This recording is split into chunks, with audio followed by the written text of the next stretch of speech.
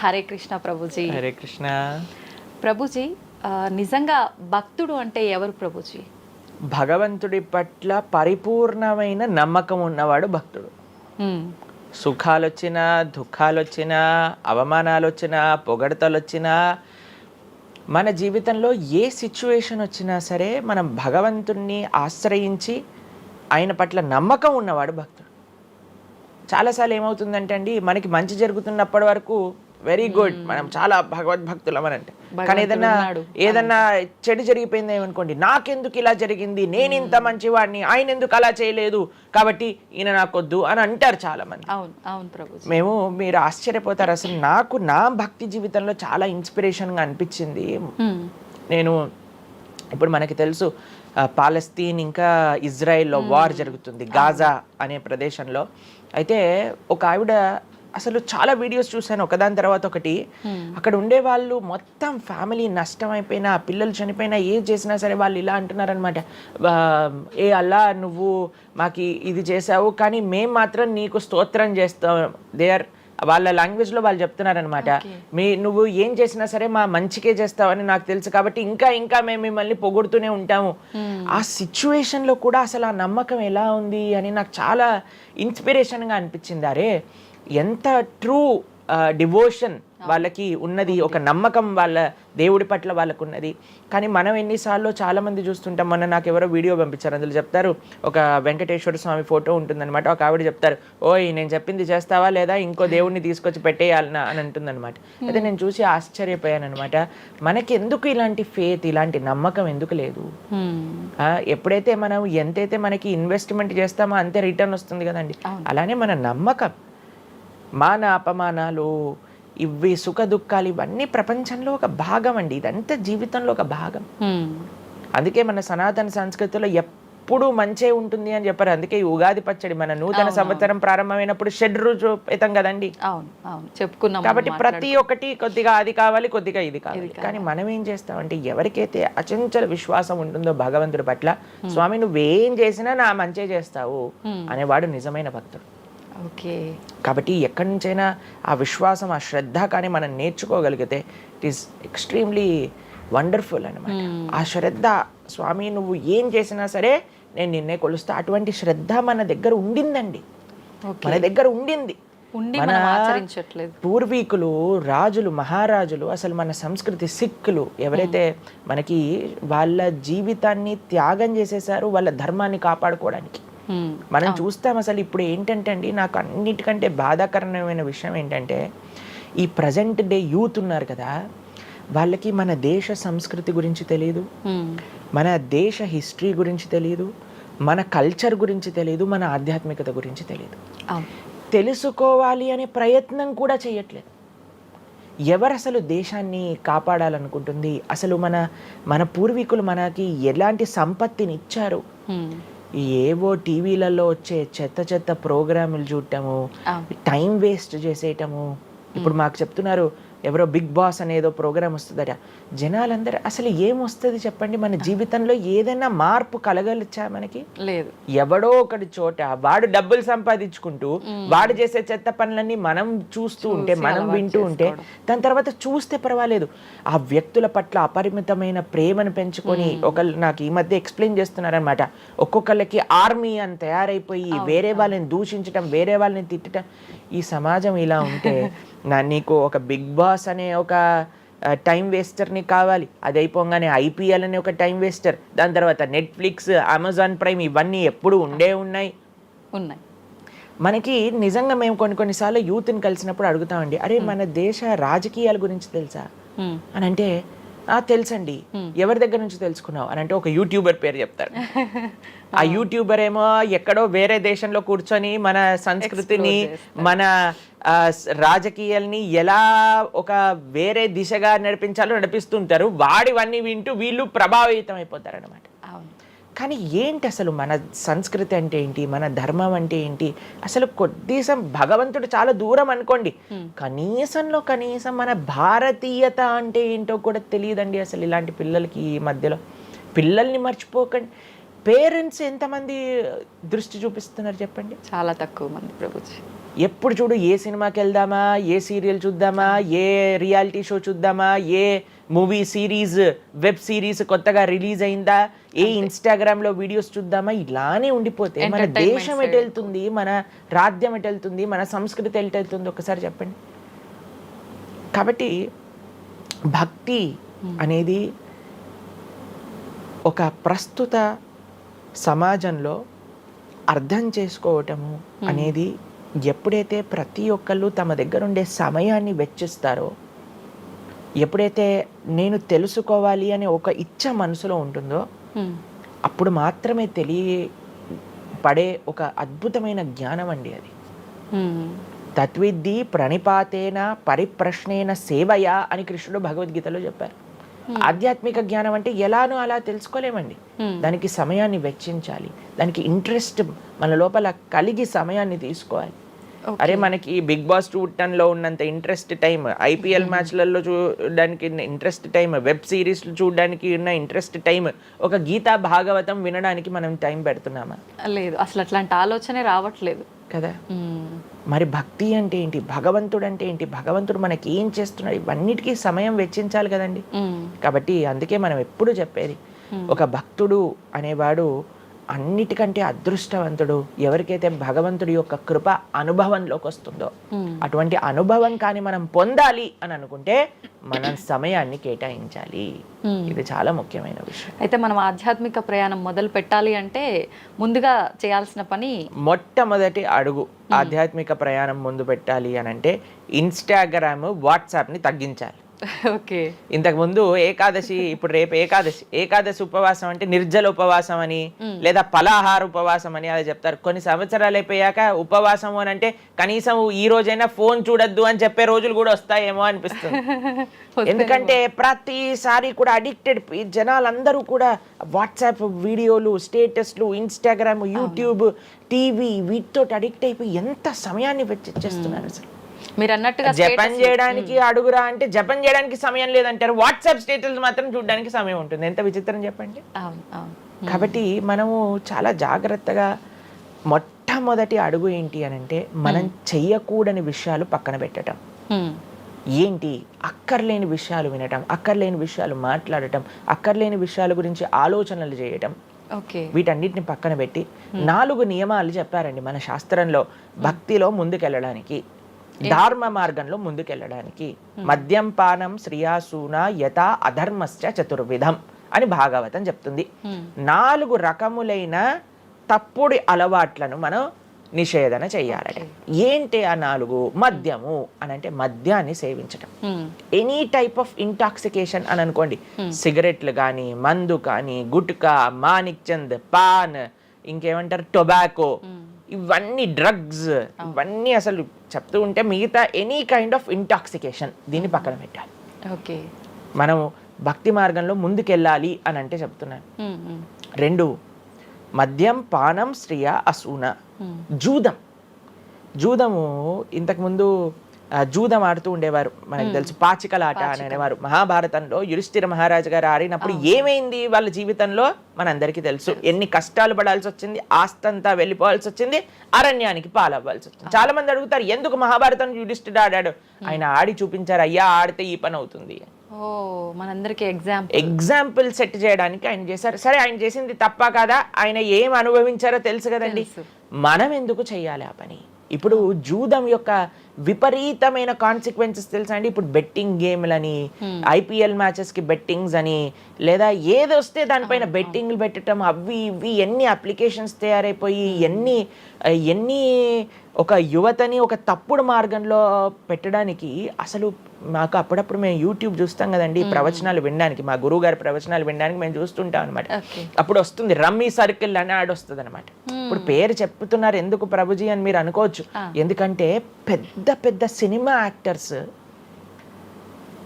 వాళ్ళు ప్రమోట్ చేసేది rummy circle అని, మానిక్ చంద్ కంపెనీస్ని, గుట్కాలని, తర్వాత ఏవైతే అన్హెల్దీ ప్రోడక్ట్స్ కోక్ ఇలాంటివి ఏవైతే సాఫ్ట్ డ్రింక్స్, కూల్ డ్రింక్స్ ఉంటాయో వాటిని మీరు ఒక్కసారి ఆలోచన చేయండి. వాళ్ళు నిజమైన శ్రేయోభిలాషలా మనకి ఒక్కసారి ఆలోచన చేస్తే మనకు అర్థమవుతుందండి. మొత్తం ఒక దగ్గర ప్రపంచం అంతా ఇవి తప్పు, ఇవి ఇవి మీకు మంచిది కాదు అని మొత్తుకుంటుంటే మీరు ఎవరైతే మీరు హీరోయిన్ నా రోల్ మోడల్ అని అనుకుంటున్నారో వాడు మీకు నేర్పించేది ఏంటి అని అంటే, నువ్వు ఈ పేకాట ఆడు, నువ్వు గుట్కా తిను, నువ్వు కూల్ డ్రింక్ తాగు, నీ జీవితం ఏమైనా మాకు పర్వాలేదు. మేము ఎక్కడికి వెళ్ళినా నోరు నొప్పొచ్చేటట్టు అరిచి చెప్తున్నా, అయ్యా ఇవి మంచిది కాదు, మీరు మంచి మార్గంలో ఉండండి, ఆరోగ్యాన్ని జాగ్రత్తగా పెట్టుకోండి, మనసు జాగ్రత్తగా ఉండండి, ధర్మాన్ని ఆచరణ చేయండి అని మేము చెప్తుంటే, కానీ జనాలకి వీటిలలో ఇంట్రెస్ట్ లేదు. వీళ్ళకి నా రోల్ మోడల్ వాళ్ళు, నా రోల్ మోడల్ ఇది అని ప్రొద్దు నుంచి రాత్రి దాకా ఇన్స్టాగ్రామ్లో చూడటం, వాళ్ళగా మాట్లాడటం, వాళ్ళగా వస్త్రాలు వేసుకోవటం, వాళ్ళలాగా మేము కూడా వాళ్ళలాగా అవ్వాలి అని అనుకుంటే వాళ్ళు ఏం నేర్పిస్తున్నారు మీకు? ఒక్కసారి ఆలోచన చేయండి. ఎంతమంది దేశంలో ఉండే యువత మొత్తం కూడా తప్పుడు మార్గంలోకి వెళ్తే మన భారతదేశ భవిష్యత్తు ఏం కావాలో ఒకసారి చెప్పండి. కాబట్టి ఫస్ట్ ఏమన్నా మనం ఇంటాక్సికేషన్, సెకండ్ గ్యాంబ్లింగ్ అని అంటారు, జూదం, ఏ ప్రకారమైన జూదమైనా సరే దాన్ని పక్కన పెట్టాలి. మూడవది మాంసాహారాన్ని సేవించటం, ప్రాణిహింస చెయ్యకూడదు, భగవద్భక్తి మార్గంలో ముందుకెళ్ళాలి, భగవంతుని తెలుసుకోవాలి అని అంటే. మనం లాస్ట్ టైం దీని గురించి మాట్లాడుకున్నాం, మనం ఎక్స్ప్లెయిన్ చేసాం అనమాట క్లియర్గా ఎందుకు మనం మాంసాహారాన్ని స్వీకరించకూడదు అని. అది భౌతికంగా మనకి మంచిది కాదు, ఆరోగ్యరీత్యా మంచిది కాదు, ఎమోషనల్గా మంచిది కాదు, ఎన్వైరన్మెంటల్గా మంచిది కాదు, స్పిరిచువల్గా మనకి మంచిది కాదు అని ఈ రీజన్స్ అన్ని చెప్పాం. అయితే నిన్నటి రోజున మాకు ఆ వీడియో పంపించారనమాట. సరే ఏమున్నాయబ్బా కమెంట్స్లో అని చదువుతుంటే చాలా మంది అన్నారు, రోజు ఈ వీడియో చూడటం వల్ల మేము మాంసాహారం తింటాం మానేసాము, మాకు క్లారిటీ వచ్చిందని చాలా కమెంట్స్ ఉన్నాయి. కొంతమంది ఏం రాశారు తెలుసా అండి, మరి ప్లాంట్స్కి, మరి ఆకుకూరలకి, తర్వాత మనం పండించే మొక్కలకు కూడా ప్రాణం ఉంది కదా అని. మీకు ఒక విషయం చెప్తాను, చాలా మంది ఈ ఆర్గ్యుమెంట్స్ చెప్తారండి, నాన్ వెజిటేరియన్ మానేసేయండి అని అంటే, మరి మీరు జీవహింస చేయట్లేదా, మీరు కూడా మొక్కల్ని కట్ చేస్తున్నారు కదా అని అడుగుతారు. ఇప్పుడు దానికి 2-3 విషయాలు మీకు ప్రస్తావన చేస్తాను. ఒకటి, మీరు పాలకూరని, గోంగూరని, తోటకూరని కొయ్యడానికి వెళ్ళినప్పుడు అది గట్టిగా అరుస్తూ చంపేయకు నన్ను, ఏదో ఒకటి రక్తం కారటం, అది ఇలా గార్లో ఎగరటం, ఇలాంటివి చేస్తుందా అండి? లేదు. ఎప్పుడైనా మీరు ఆపిల్ పండుని కొయ్యడానికి వెళ్ళినప్పుడు ఆపిల్ పండుని ఇలా అనగానే దాంట్లో నుంచి రక్తం చెట్టులో నుంచి దారాలుగా కారుతుంటుందా అండి? అదేమైనా గట్టిగా అరుస్తుందా అని కొంతమంది అంటారు, అది అరుస్తుంది మనకి వినిపించదు. మనకి ఒకసారి అర్థం చేసుకోవాలి, ఒక ప్రాణికి ఒక వెల్ డెవలప్డ్ కాన్షియస్నెస్ ఉన్న వ్యక్తికి, లేదా ఒక పర్సనాలిటీకి, లేదా ఒక ప్రాణికి, లేదా ఒక ప్లాంట్కి ఏంటి వ్యత్యాసము అనేది మనం తెలుసుకోవాలి. దాంతోపాటు ఇంకొక విషయం చెప్తాను, మరి ప్లాంట్స్ని తినచ్చు, యానిమల్స్ని తినకూడదు అని ఏంటి ప్రమాణము అనంటే, భగవంతుడు మనకి ఈ విషయాన్ని ప్రస్తావన చేశారు, స్వామి మనకి ఈ విషయాన్ని ఉపదేశం చేశారు. అయ్యా, నువ్వు కేవలం శాకాహారాన్ని మాత్రమే తినవచ్చును, సాత్విక ఆహారాన్ని మాత్రమే తినవచ్చును. ఎక్కడ చెప్పాడు భగవంతుడు? పత్రం పుష్పం ఫలం తోయం యోమే భక్తా ప్రయశ్చతి. పత్రం పుష్పం ఫలం తోయం, నువ్వు ఫలములను, తర్వాత ఆకులను, నీటిని, పాలను, వీటితో సంబంధించినవి ఏవైనా సరే తయారు చేయొచ్చు, భగవంతుడికి నివేదన చేయొచ్చు, స్వీకరించవచ్చు. కాబట్టి మన శాస్త్రములు దేన్నైతే అక్సెప్ట్ చేశాయి, ఇప్పుడు చెప్పాయనుకోండి, సరే ఈ ప్లాంట్స్లలో కూడా ప్రాణం ఉందయ్యా, ప్లాంట్స్ కూడా తినకు అని అంటే ఏం చేస్తామండి? గాలిని పీల్చుకుంటామా? సన్లైట్ తో బతుకుతామా మనం? ఏమన్నా ప్లాంట్స్ బతికినట్టుగా? ఏదో ఒకటి కావాలి కదా ఆహారం. కాబట్టి అన్నిటికంటే లీస్ట్ హింస, అహింస అంటే అన్నిటికంటే లీస్ట్ హింస ఎక్కడ ఉంటుందో అది. కాబట్టి మనకి శాస్త్రం ఆమోదన చేసింది, నువ్వు ఈ ఏవైతే హర్బివోరస్ అని అంటారు చూడండి, ఏవైతే పశుపక్షాదులు కాకుండా ఏవైతే మొక్కలు ఉంటాయో, ఏవైతే ధాన్యం ఉంటుందో, ఏదైతే ఫలములు ఉంటుందో దాన్ని స్వీకరించు అని. తర్వాత రెండో ఆర్గ్యుమెంట్ ఏం చేస్తారు తెలుసా అండి? నాన్ వెజిటేరియన్ అనగానే మనం కానీ తినకపోతే వాటి పాపులేషన్ మొత్తం పెరిగిపోయి మనల్ని చంపేస్తుంది. అయ్యా, నువ్వొక్కడు మారటం చేత ఏమీ అవ్వదు. అవును, మొత్తం మారిపోదు. ప్రపంచం ఎలా వెళ్తుందో కొంతమంది మూర్ఖులు ఉంటారు, ఎంత చెప్పినా మారని వాళ్ళు వాళ్ళ పని చేసుకొని ఇవ్వండి అంతే. భగవంతుడు బ్యాలెన్స్ ని తయారు చేశారండి, ఆ భగవంతుడు ఆ బ్యాలెన్స్ ని క్రియేట్ చేస్తారు. నువ్వు ఆ ధర్మాన్ని ఆచరించకుండా ఉండు. కాబట్టి 3 చూసాం ఏంటి? మద్యం, పానం, శ్రియ, సూన. ఒకటి intoxication, gambling, meet eating. Last Prabhuji ఒక చిన్న డౌట్. ఇప్పుడు మాంసాహారం తినొద్దు, మన శాస్త్రంలో ఎక్కడ తినమని చెప్పలేదు అని అన్నారు కదా. మరి గ్రామ దేవతలకి కోళ్ళు, మేకలు ఇలాంటివన్నీ బలిస్తుంటారు కదా, మరి అది ఎక్కడ ఉంది అసలు? మీరు ఎందుకు జరుగుతుంది అమ్మవారిని జగన్మాత అని పిలుస్తారు తెలుసా? మీరు ఎప్పుడైనా అంటారా? అమ్మ అంటారు, అంతేనా? ఒక తల్లికి, ఒక తల్లితనంలో మీరు కూడా మదర్ కదండి. అవును ప్రభు. మీ పిల్లలకి ఏదైనా ఒక చిన్న బాధ కలిగితే మీరు ఓర్చుకోగలుగుతారా చెప్పండి? లేదు. అస్సలంటే అసలు అలాంటి ప్రస్తావనే తేయకూడదు ప్రభుజీ అని అంటారు. అవును, అంతేనా కదా? మరి జగన్మాత అని మనం అంటున్నప్పుడు ఆ జగత్తుకి తల్లి, జగత్తు మొత్తం అని అంటే ఆ పక్షి, ఆ ప్రాణి కూడా అదే జగత్తులో పుట్టిందే కదా. అంటే ఆ ప్రాణికి కూడా ఆవిడే కదా తల్లి. ఆ తల్లి ముందు మనం ఇలాంటి పనులు చేస్తే అమ్మకి నచ్చుతుందా, నచ్చదా చెప్పండి? నచ్చదు. కాబట్టి ఇవన్నీ ఎక్కడొచ్చాయి అని అంటే మధ్యలో ఎక్కడో ఒక చోట కొన్ని తప్పుడు ఆచరణలన్నీ కూడా మన లోపలికి దూసుకొచ్చేసాయి అన్నమాట. కానీ బలి అనేది ఎప్పుడు ఇవ్వకూడదు. సాత్వికమైన ఆరాధన అన్నిటికంటే శ్రేష్టమైన ఆరాధన. ఈ బలులు ఇవ్వటం వీటన్నిటిని తామసిక ఆరాధన అని అంటారు. కాబట్టి మనము ఎంతైతే మీరు బలి అంటే ఏంటో తెలుసా అండి? ఏదో ఒకటి సమర్పణ చేయటము. సమర్పణ చేయటాన్ని, దాంట్లో ప్రాణిని సమర్పణ చేయటం కంటే మనకుండే అహంకారాన్ని సమర్పణ చేస్తే అమ్మవారు ఇంకా ఆనందిస్తారు. మన దగ్గర ఉండే దంభాన్ని సమర్పణ చేసేస్తే, బలిచ్చేస్తే ఇంకా ఆనందంగా ఉంటారు. దంభము అని అంటే గర్వం. ఓకే. అహంకారము, దంభము, ఈ రెండిట్లో వ్యత్యాసం ఏంటో తెలుసా అండి? గర్వము అని అంటే మనం చేసిన దానికి మనం గర్వపడ్డాం అనమాట. నేనే చేశాను, నా అంతటి వాడు లేడు. దంభము అంటే చెయ్యని దానికి కూడా గర్వపడడం. ఓకే. కాబట్టి మనకుండే అభిమానాన్ని, మనకుండే ఆ లోభాన్ని, వీటన్నిటిని అమ్మవారికి సమర్పణ చేయండి, ఇంకా మంచి, ఇంకా ఆనందిస్తారు. అందుకే మనం తల నీలాలు ఇస్తాం. చాలా మందికి తెలియదు అసలు దేవుడు ఏం చేసుకుంటాడండి మన జుట్టుని, డాండ్రఫ్ తోటి ఉన్న జుట్టుని. దేవుడికి ఎందుకు సమర్పణ చేయాలి మనం తల నీలాలు అని అంటే, అయ్యా నేను జుట్టు ఉంటే ఎప్పుడు కూడా ఇలా ఇలా ఇలా హెయిర్ స్టైలింగ్ చేసుకుంటూ నేనేదో చాలా హ్యాండ్సమ్ మ్యాన్, చాలా హ్యాండ్సమ్ ఉమెన్ అనుకుంటూ ఉంటారు కదా అందరు కూడా. అయ్యా నా యొక్క ఆ సెల్ఫ్ కాన్షియస్నెస్ ని సమర్పణ చేస్తున్నా నీ దగ్గర. మనం గుడికి వెళ్ళి కొబ్బరికాయ కొడతాం. కొబ్బరికాయ ఎందుకు కొడతామండి? మనం కూడా అలాంటి హార్టెడ్ వ్యక్తులం అనమాట. మనకు కూడా ఆ గర్వంతో మనం కూడా అంత పైనుండే షెల్ ఉంటుంది కదా, ఎంత హార్డ్గా ఉంటుంది. కానీ ఎప్పుడైతే అది పలగొట్టేస్తామో అప్పుడు లోపల మంచి తీయటి నీరు మనకి దొరుకుతుంది. కొబ్బరి ఎంత స్వీట్గా ఉంటుంది, అది మనకు కలుగుతుంది. మన హృదయంలో ఆ సున్నితమైన భావాలు ఉన్నాయి, కానీ మనకుండే అజ్ఞానము, మనకుండే అహంకారం, మనకుండే అవిద్య దాన్ని ఆపేస్తుంది. అందుకే భగవంతుడి ముందు, స్వామి నీ ముందు నా అహంకారాన్ని సమర్పణ చేస్తున్నా అనే భావనతో మనం కొబ్బరికాయ కొట్టాలి. అంతేగాని కొబ్బరికాయ తీసుకెళ్ళి కొట్టేసి నేను ఈరోజు 108 కొబ్బరికాయలు కొట్టాను దేవుడి దగ్గర అనే అహంకారం వచ్చింది అనుకోండి, కొబ్బరికాయ కొట్టడమే వేస్ట్, ఫలితం లేదు. కాబట్టి మనందరం అర్థం చేసుకోవాలి అసలు ఏంటి భావన. బలి అని అంటే ప్రాణి బలి కాదయ్యా, నీ దగ్గర ఉండే చెడు గుణాలను బలి. కాబట్టి ఈ 3 విషయాలు అయిపోయి 4వ విషయం ఏదైతే మనం చేయకూడదో, ఇల్లిసిట్ సెక్స్ అని అంటారు, వ్యభిచారము అని అంటే పురుషులు స్త్రీలు పురుషులు. నిన్నే ఒకళ్ళు చెప్తున్నారు, ఒక టీవీలో ఒక న్యూస్ వచ్చిందట, వన్ ఆఫ్ ది మోస్ట్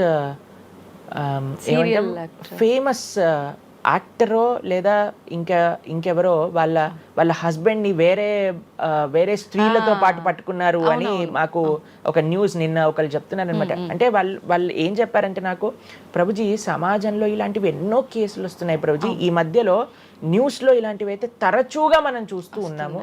కాబట్టి ఈ సమాజం ఎటువైపు వెళ్తుందో తెలియట్లేదు ప్రభుజీ అని అంటే మేము వాళ్ళకి చెప్పాం, సమాజాన్ని ఎందుకు ఇటువైపు నడుస్తుంది అని అంటే మనం చూపించే విషయాలు అలా ఉన్నాయి, చూపించే సినిమాలు అలా ఉన్నాయి, చూపించే సీరియల్ అలా ఉన్నాయి, చూపించే ఆదర్శమైన వ్యక్తులు అలా ఉన్నారు. మనం ఎవరైతే హీరోలు అనుకుంటున్నామో వాళ్ళు ప్రొద్దున లేస్తే విడాకులు తీసుకొని ఇంకొకరిని పెళ్లి చేసుకొని, విడాకులు తీసుకొని ఇంకొకరిని పెళ్లి చేసుకొని, ఇలాంటివి చూస్తుంటే మనం కూడా అది నార్మలైజ్ అయిపోయింది మన భారతీయ సంస్కృతిలో. కానీ ఎక్కడైతే ధర్మం ఉంటుందో, రాముడు ఆదర్శంగా ఉన్న వ్యక్తి ఎప్పుడు అలాంటి తప్పు చేయలేదండి. ఎందుకంటే రాముడు ఏకపత్ని వ్రతుడు. ఎంత కమిట్మెంట్ ఉండాలి భార్య పట్ల, భర్తకు కూడా అలానే అండి. ఇప్పుడు ఒకళ్ళు తప్పు అంటే, ఇప్పుడు చాలా మంది అనుకుంటారు ఇది వ్యక్తి పురుషులకే వర్తించింది అని. పురుషులకు ఎంతైతే వర్తిస్తుందో అంతే స్త్రీలకు కూడా వర్తిస్తుంది, స్త్రీలకు ఎంతైతే వర్తిస్తుందో అంతే పురుషులకు కూడా వర్తిస్తుంది. కాబట్టి ఈ 4 చాలా జాగ్రత్తగా ఉండాలి. పరస్త్రీ సంఘము, పరపురుష సంఘం, వీటి నుంచి చాలా జాగ్రత్తగా ఉండాలి.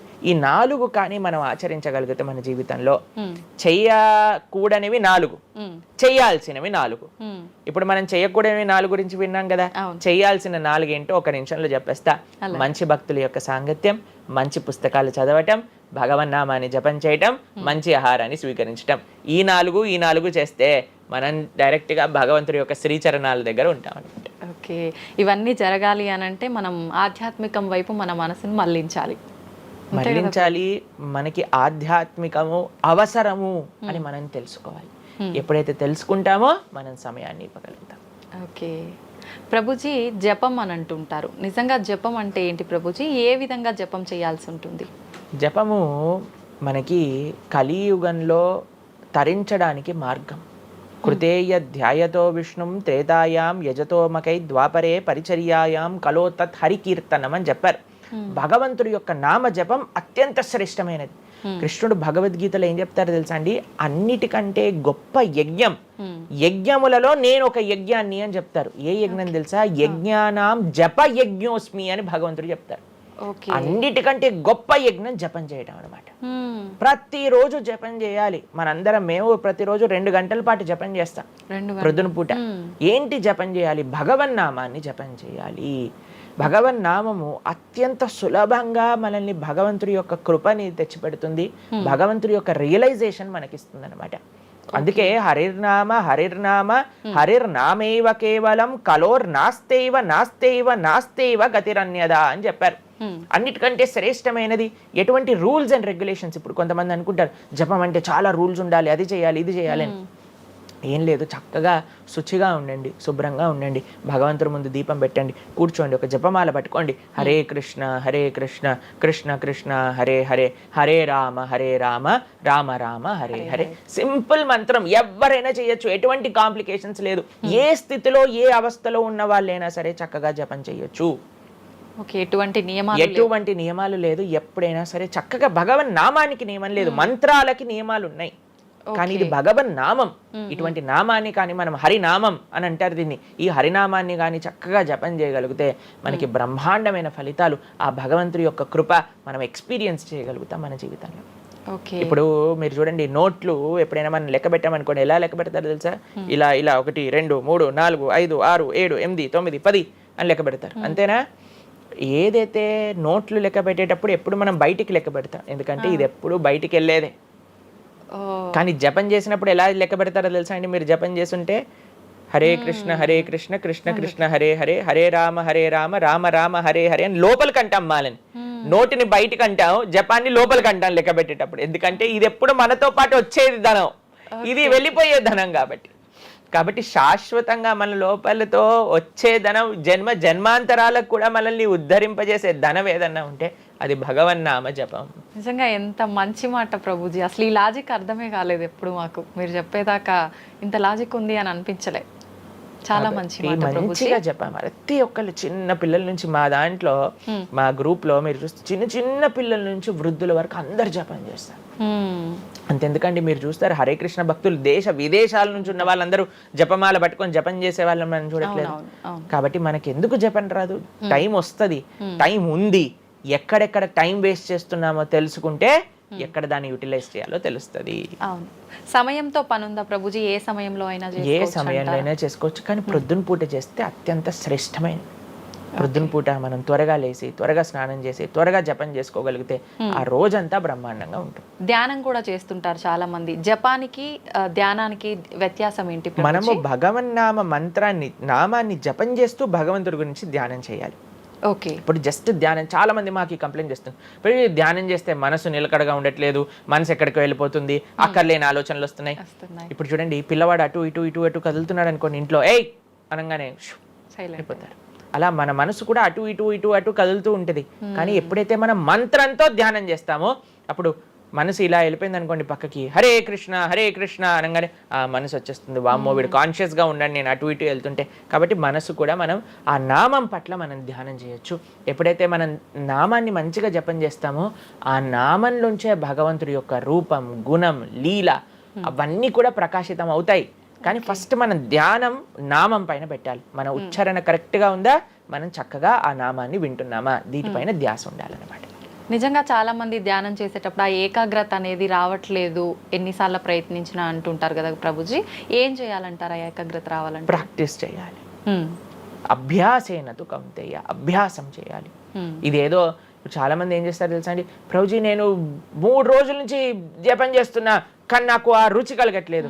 అయ్యా 300 కోట్ల జన్మలు తీసుకున్నాం మనము, ఆ జన్మాంతరాల్లో ఉండే వాసనలు ఉన్నాయి కదా, కొద్దిగైనా మనం సమయం ఇవ్వాలి భగవంతుడి యొక్క నామం. ఇప్పుడు మురికి పట్టిన ఒక క్లాత్ ఉందనుకోండి, ఇంకులో ముంచేసిన క్లాత్ ఉందనుకోండి, దాన్ని ఇచ్చాను అనుకోండి, ఇప్పుడు ఒక్క ఉతుకుల్లో పోతుందా ఇంకంతా? ఒక ఉతుకు తర్వాత ఇంకో ఉతుకు తర్వాత ఇంకో కొద్దిగా వెళ్తూ ఉంటుంది, కొద్దిగా వెళ్తూ ఉంటుంది. కొన్నిసార్లు మనకి ఫస్ట్ 3-4 వాషెస్లో తెలియదు అసలు పోయిందా లేదా. పోతుంది కానీ మనకు అంత ఎవిడెంట్గా కనిపించదు. కానీ 10, 15, 20, 30 సార్లు అయ్యాక తెలుస్తుంది. 100 సార్లు అయ్యాక మళ్ళీ మనకి తెల్లగా ఆ క్లాత్ బయటికి వచ్చేస్తుంది. అలానే మనం కూడా ప్రయత్నం చేస్తూ ఉండాలి. ఇన్ని జన్మలు మనం మాయకి ఇచ్చేసి ఒక జన్మలో 3 రోజులు మనం భగవన్నామాన్ని జపం చేసి ఇప్పుడు నాకేం కలగలేదు అని అంటే ఎలా చెప్పండి? ఆ నిష్ఠ, సిన్సియారిటీ ఇవ్వాలి టైం మనకి. ఎలాగైతే మీరు టైం దీనికి ఇచ్చారో అలానే టైం భగవంతుడు కూడా ఇవ్వాలి.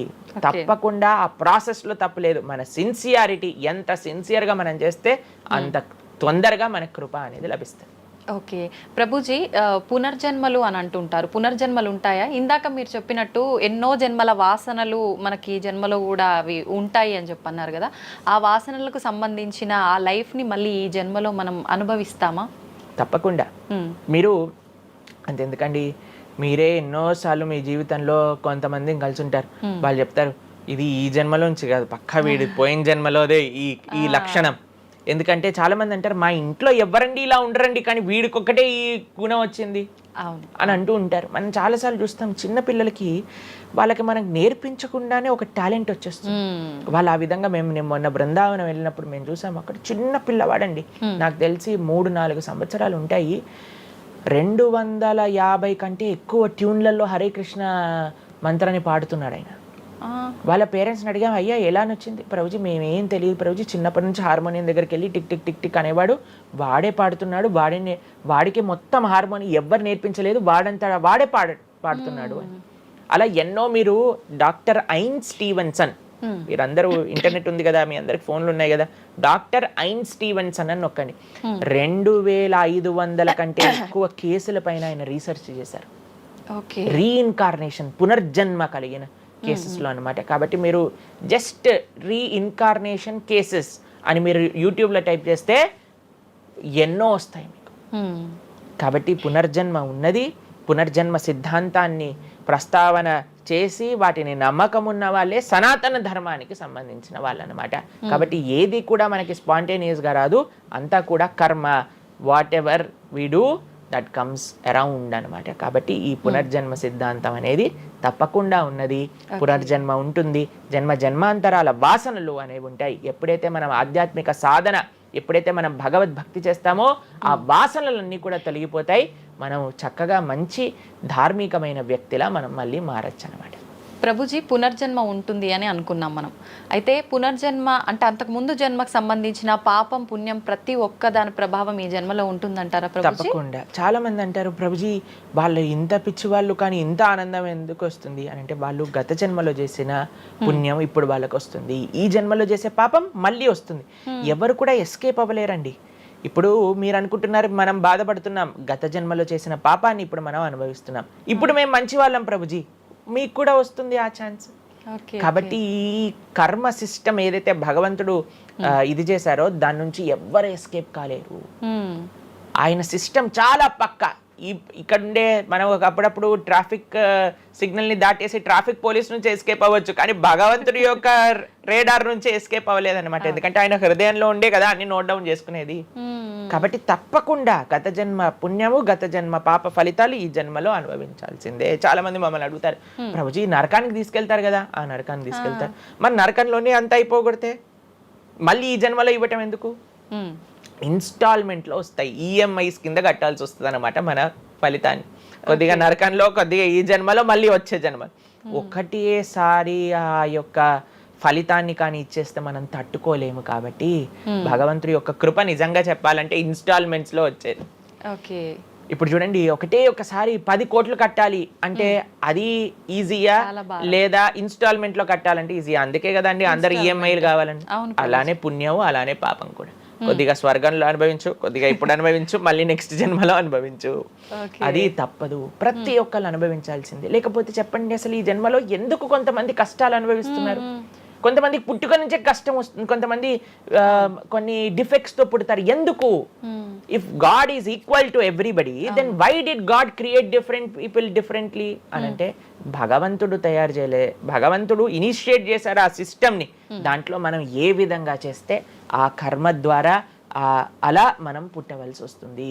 కానీ మనము పాస్ట్ గురించి చింత, అయ్యో ఎన్ని పాపాలు చేశానో నాకు ఇది వస్తుంది, దీని గురించి చింత చేయకండి.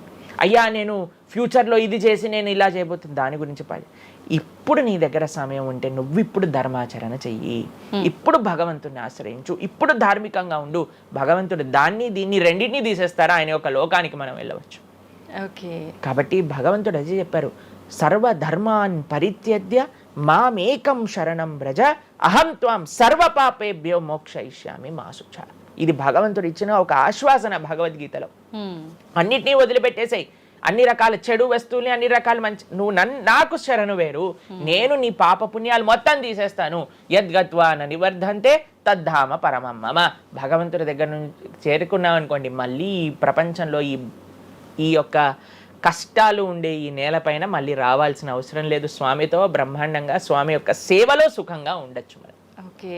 అయితే ప్రభుజీ చాలా మంది చెప్తుంటారు, అన్ని అనుభవించండి తప్పదు అన్నప్పుడు ఎందుకు భగవంతుని ఆరాధన చెయ్యాలి అని. వాళ్ళందరికీ ఇది మంచి సమాధానం ప్రభుజీ. నిజంగా చాలా మంది ఇదే అంటుంటారు, అంతే కదండి, ఎంత భగవంతుని ఆరాధించినా ఈ కష్టాలు తప్పట్లేదు, అసలు లైఫ్ ఏం చేంజ్ అవ్వట్లేదు, మనశ్శాంతి లేదు, ఎందుకు అసలు ఆరాధించాలని చెప్పి అసలు భగవంతుని పూజించడం కూడా మానేస్తుంటారు. మళ్ళీ ఇప్పుడు ఆపేస్తే మళ్ళీ నెక్స్ట్ ఏంటి అని ఆలోచన చేయాలి. కాబట్టి ఇప్పుడుండే వాటితో మనం ఇది చేసామనుకోండి, ఇంత ధర్మాచరణ కూడా ఆపేశారనుకోండి, ఇంకా ఆ పుణ్య పాప ఖాతాలు అలానే పెరిగిపోతూ ఉంటాయి. కానీ చివరికి వచ్చేది ఈ ప్రపంచంలోకే కదా. కాబట్టి మనకి చెడు చేయటం పనికిరాదు, కేవలం మంచి చేయటం కూడా పనికిరాదు. భగవద్భక్తి అన్నిటికంటే టాప్ మోస్ట్. కాబట్టి మనం ధార్మికంగా ఎంత భగవద్భక్తితో ఉంటే అది మనకి అంత మంచిది.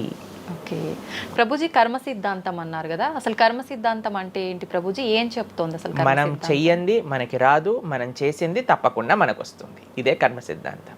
Every action has equal and opposite reaction. Okay okay.